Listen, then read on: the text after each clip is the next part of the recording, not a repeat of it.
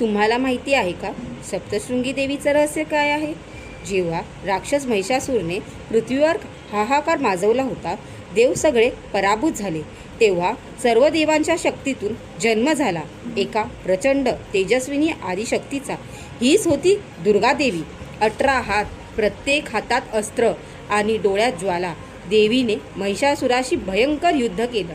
आकाश लाल झालं, पृथ्वी हादरली आणि शेवटी देवीने त्याचा वध केला. पण कथा इथे संपत नाही. महाराष्ट्रातील श्रद्धेनुसार हीच आदिशक्ती पुढे सप्तशृंगी देवीच्या रूपात 7 पर्वतांमध्ये प्रकट झाली, जिथे आज आहे सप्तशृंगी देवीचं मंदिर. युद्धात देवीने महिषासुराला पायाने लाथ मारली आणि त्या घटनेची खूण आजही त्या पर्वतावर आहे. पण अजून एक मोठं रहस्य आहे.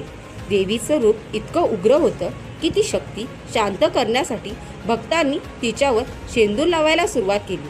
म्हणूनच ही देवी काळ्या दगडात नाही दिसत, तर लाल, जिवंत आणि जागृत रूपात प्रकट होते. कारण रूप वेगळं असलं तरी ती शक्ती एकच आहे.